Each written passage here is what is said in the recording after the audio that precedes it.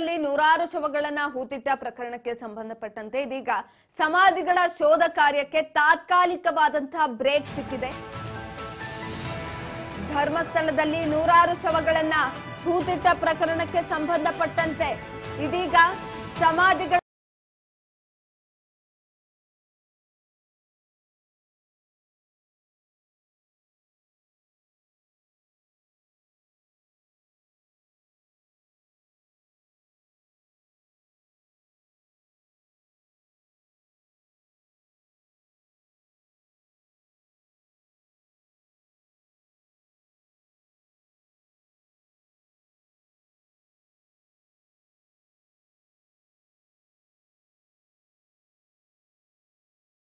ಕಾರ್ಯಕ್ಕೆ ಸ್ವಲ್ಪ ಮಟ್ಟಿನ ರಿಲೀಫ್ ಅನ್ನ ಕೊಡಲಾಗಿದೆ. ನಾಳೆ ಇನ್ನುಳಿದ 5 ಪಾಯಿಂಟ್ಗಳ ಶೋಧ ಕಾರ್ಯವನ್ನ ನಡೆಸಲಾಗುತ್ತೆ.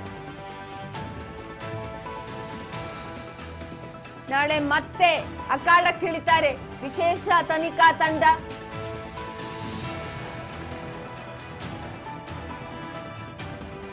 ಇತ್ತೀಚೆಗೆ ಧರ್ಮಸ್ಥಳದಲ್ಲಿ ನಾನು ನೂರಾರು ಶವಗಳನ್ನ ಹೂತಿಟ್ಟೆ ಎಂಬ ಆರೋಪಿ ಏನು ದೂರನ್ನ ಕೊಟ್ಟಿದ್ರು ಅದಕ್ಕೆ ಸಂಬಂಧಪಟ್ಟಂತೆ ಈಗಾಗಲೇ ಶೋಧ ಕಾರ್ಯಗಳು ಆರಂಭವಾಗಿ 5 ದಿನಗಳು ಕಳೆದಿತ್ತು. ನಿನ್ನೆ 5ನೇ ದಿನ ಕಳೆದಿರುವಂತದ್ದು. ಆ ಪೈಕಿ ನಿನ್ನೆ 9 ಮತ್ತು 10ನೇ ಸ್ಪಾಟ್ಗಳ ಕಾರ್ಯಾಚರಣೆಯನ್ನ ಮಾಡಲಾಗಿತ್ತು. ಆದ್ರೆ ಯಾವುದೇ ರೀತಿಯಾದಂತಹ ಕುರುಹುಗಳು ಸಿಕ್ಕಿರ್ಲಿಲ್ಲ. ಇದೀಗ ಇಂದು ಭಾನುವಾರ ಆಗಿರೋದ್ರಿಂದ ಶೋಧ ಕಾರ್ಯಕ್ಕೆ ತಕ್ಕ ಮಟ್ಟಿನ ರಿಲೀಫ್ ಅನ್ನ ಕೊಡಲಾಗಿದೆ. ನಾಳೆಯಿಂದ ಮತ್ತೆ ಚುರುಕಾಗುತ್ತೆ ಶೋಧ ಕಾರ್ಯ. ಇನ್ನುಳಿದಂತ ಸ್ಪಾಟ್ಗಳನ್ನ ಆದಷ್ಟು ಬೇಗ ಪತ್ತೆ ಹಚ್ಚಿ ಆ ಜಾಗಗಳನ್ನ ಅಗಿಯುವ ಕಾರ್ಯಕ್ಕೆ ಎಸ್ಐಟಿ ತಂಡ ಮುಂದಾಗುವಂಥದ್ದು ಚುರುಕಾಗಿರುತ್ತೆ. ಆಗಾಗ್ಲೇ ಅವರ ಒಂದು ತನಿಖಾ ನಡೆಸುವಂತ ರೀತಿ.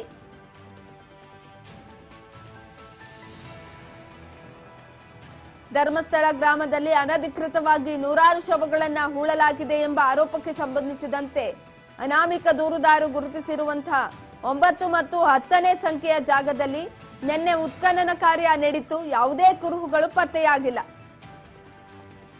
9 ಮತ್ತು 10ನೇ ಜಾಗಕ್ಕೆ ಹಲವರು ಕುತೂಹಲದಿಂದ ಕಾಯ್ತಾ ಇದ್ರು ಏನಾದ್ರೂ ಕುರುಹು ಸಿಗುತ್ತೆ ಅಂತ. ಯಾಕಂತ ಅಂದ್ರೆ ಅನಾಮಿಕ ವ್ಯಕ್ತಿ ಮುಸುಕುದಾರಿ ಯಾರಿದ್ದ ಅವನು ಹೇಳಿದಂಥದ್ದು ನಾನು 9ನೇ ಸ್ಪಾಟಿನಲ್ಲಿ ಒಂದ್ 3-4 ಶವಗಳನ್ನ ಹೂತಿರ್ಬಹುದು ಅನ್ನುವ ಹೇಳಿಕೆಯನ್ನ ಕೊಟ್ಟಿರ್ತಾರೆ. ಹಾಗಾಗಿ 9ನೇ ಸ್ಪಾಟ್ನತ್ತ ಎಲ್ಲರ ಚಿತ್ತ ಇತ್ತು.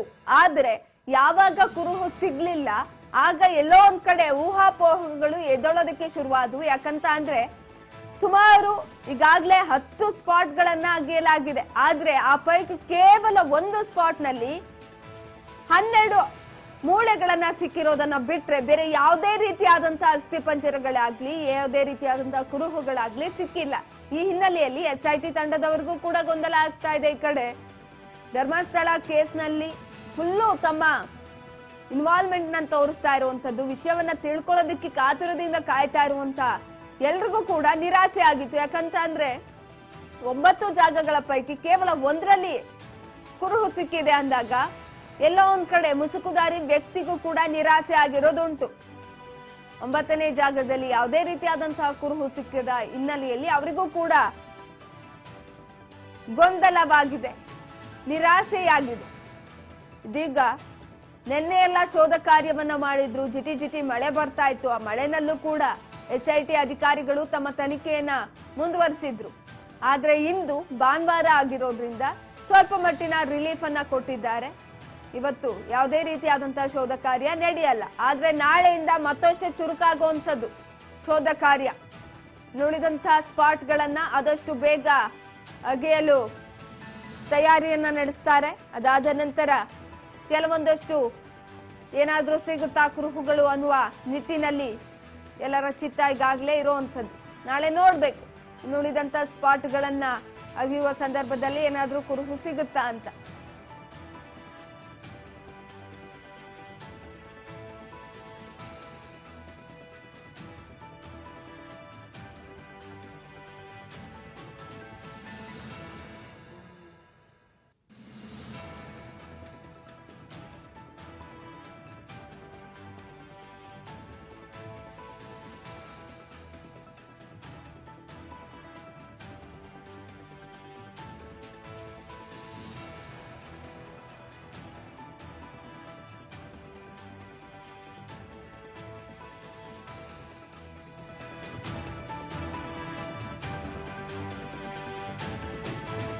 11ನೇ ಪಾಯಿಂಟ್ ನಲ್ಲಾದ್ರೂ ಸಿಗುತ್ತಾ ಮಹಾ ಸುಳಿವು. ಈಗಾಗಲೇ 9 ಮತ್ತು 10ನೇ ಪಾಯಿಂಟ್ ನಲ್ಲ ಅಗೆಯಲಾಗಿದೆ, ಆದ್ರೆ ಯಾವುದೇ ಕುರುಹು ಸಿಕ್ಕಿಲ್ಲ.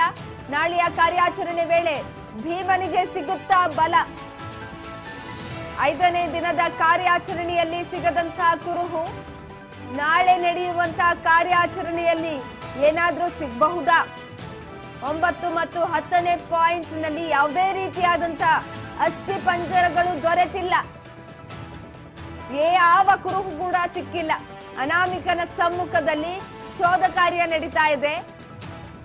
ನಿನ್ನೆ ಸಂಪೂರ್ಣವಾಗಿ ಮಳೆಯಲ್ಲಿ ಅಗದ್ರೂ ಕೂಡ ಯಾವುದೇ ರೀತಿಯಾದಂತಹ ಕುರುಹು ಸಿಕ್ಕಿಲ್ಲ. ಹಾಗಾಗಿ ಸಾಮಾನ್ಯವಾಗಿ 11ನೇ ಪಾಯಿಂಟ್ ನಲ್ಲಾದ್ರೂ ಯಾವ್ದಾದ್ರೂ ಕುರುಹು ಸಿಗುತ್ತಾ ಅನ್ನುವ ಪ್ರಶ್ನೆ ಕೂಡ ಕಾಡ್ತಾ ಇರುವಂತದ್ದು. ನಾಳೆಯ ಕಾರ್ಯಾಚರಣೆ ವೇಳೆ ಭೀಮನಿಗೆ ಬಲ ಸಿಗುತ್ತಾ? ಭೀಮ ಬಲ ಸಿಗುತ್ತಾ? 5ನೇ ದಿನದ ಕಾರ್ಯಾಚರಣೆಯಲ್ಲಿ ಕುರುಹು ಪತ್ತೆಯಾಗಿಲ್ಲ. ಹಾಗಾಗಿ ನಾಳಿನ ಕಾರ್ಯಾಚರಣೆಯತ್ತ ಎಲ್ಲರ ಚಿತ್ತ ಇದೀಗ ಇರೋಂಥದ್ದು. ಈಗಾಗ್ಲೇ ಭೀಮ ಬಲ ಸಿಗುತ್ತಾ ನಾಳಿನ ಕಾರ್ಯಾಚರಣೆಯಲ್ಲಿ? ಯಾಕಂತ ಅಂದ್ರೆ ಇನ್ನುಳಿದಂಥದ್ದು 13 ಸ್ಪಾಟ್ಗಳನ್ನ ಏನಿದು ಮಾಡಿದ್ರು, ಆ ಪೈಕಿ ಕೇವಲ 3 ಸ್ಪಾಟ್ ಇರೋಂಥದ್ದು. ಆ 3 ಸ್ಪಾಟ್ ಅಲ್ಲಿ ಏನಾದ್ರೂ ಅಸ್ಥಿ ಪಂಜರಗಳು ಸಿಕ್ತು ಅಂತ ಅಂದ್ರೆ ಈ ಕೇಸ್ಗೆ ಒಂದು ಬಲ ಸಿಗುತ್ತೆ.